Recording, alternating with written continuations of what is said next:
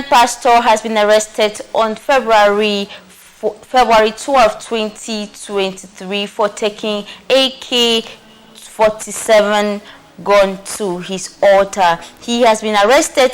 The man of God, who goes by the name Uche. Police said on Monday that the church leader who carried an assault rifle during the Sunday sermon about spiritual weapons has been arrested, where Pastor Uche earlier apologized unreservedly, according to his church, which wrote on BBC. In his words, realized that even with the best of intention, carrying a gun to illustrate his message was ill-advised and regrettable. The House on the Rock Church in Abuja said in a statement on Monday with BBC. They quoted, "We stand on the good news gospel of Jesus Christ, which embraces peace and goodwill for all mankind. We stand on the good news of gospel of Jesus Christ, which embraces peace and goodwill of all."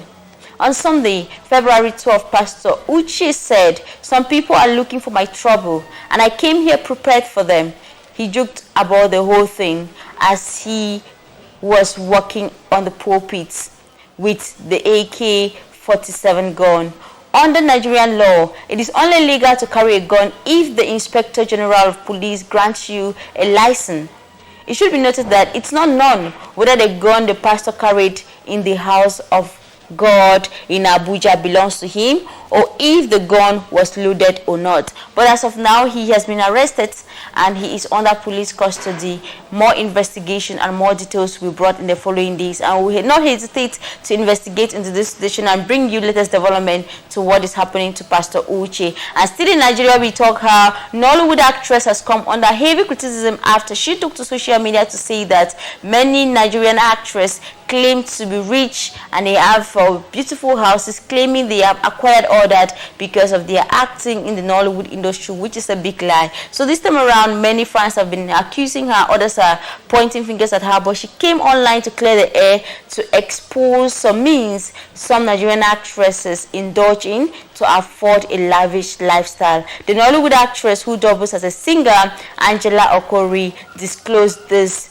during an interview with Factory 78, where she demoralized actresses to stop claiming that acting is the only source of income. She added that female actresses, unlike their male counterparts, diversify their source of income by investing in other businesses while acting. She, however, stressed that upcoming actresses who flaunt lavish lifestyle and credit the industry make those who have been in the field feel uncomfortable, as though they are not serious. She said, talking about female making it more than the male, it is not as if the male are not making it, but the people should stop lying. All these female should stop lying. These people are just lying, she reiterated. It should be noted that after making this statement, she came under heavy criticism, and she went further to explain that some of these actors and actresses indulge themselves into prostitution.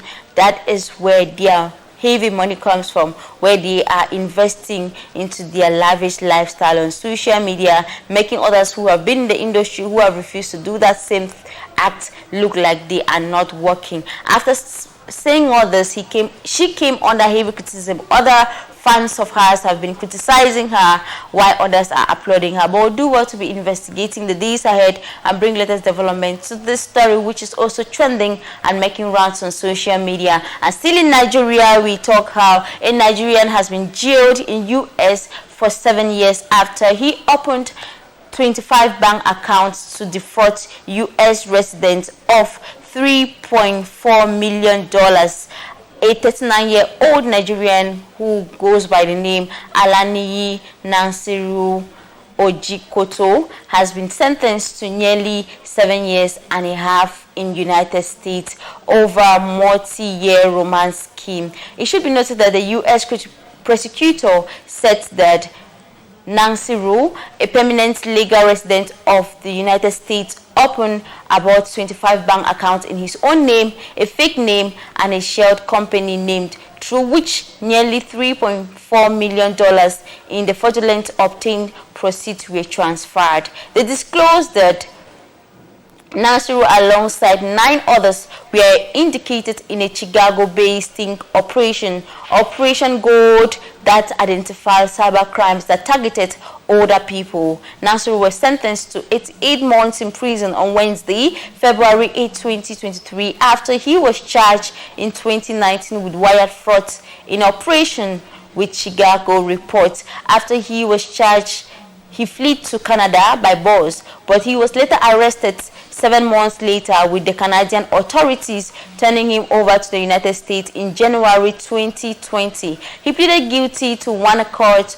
of wire fraud last July, where prosecutors said that the schemer in U.S. and the Nigerian targeted the older citizens and built trust with them through an online romance before stealing money from them.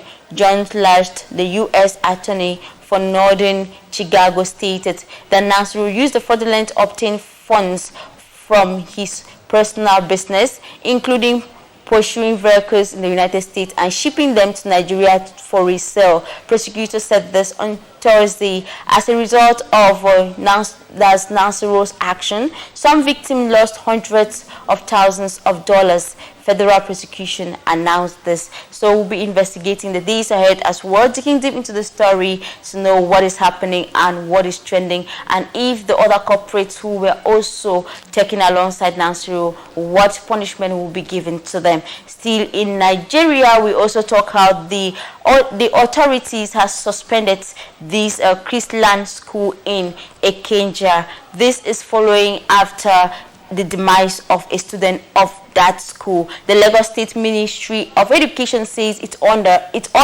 for the temporary closure of one of its schools, that Christian School, affects only Christian High School Ekenja, and not all the schools operated under its ownership. It should be recalled that the state government had over the weekend issued the ordeal following the controversial death of a pupil of that same school, Waini Adenera, the 12-year-old who died during the school inter-house sport last Thursday on February 9th, 2023. The mother of the deceased says the school authorities claim she slumped and died, but there are allegations that the disease was electrified during the inter-school sports competition. In a statement released on Monday, February 13, 2023, Lawa, who is the Assistant Director of Public Affairs of the State Ministry of Education, says the clarification became necessary to address the anxiety of parents and members of the public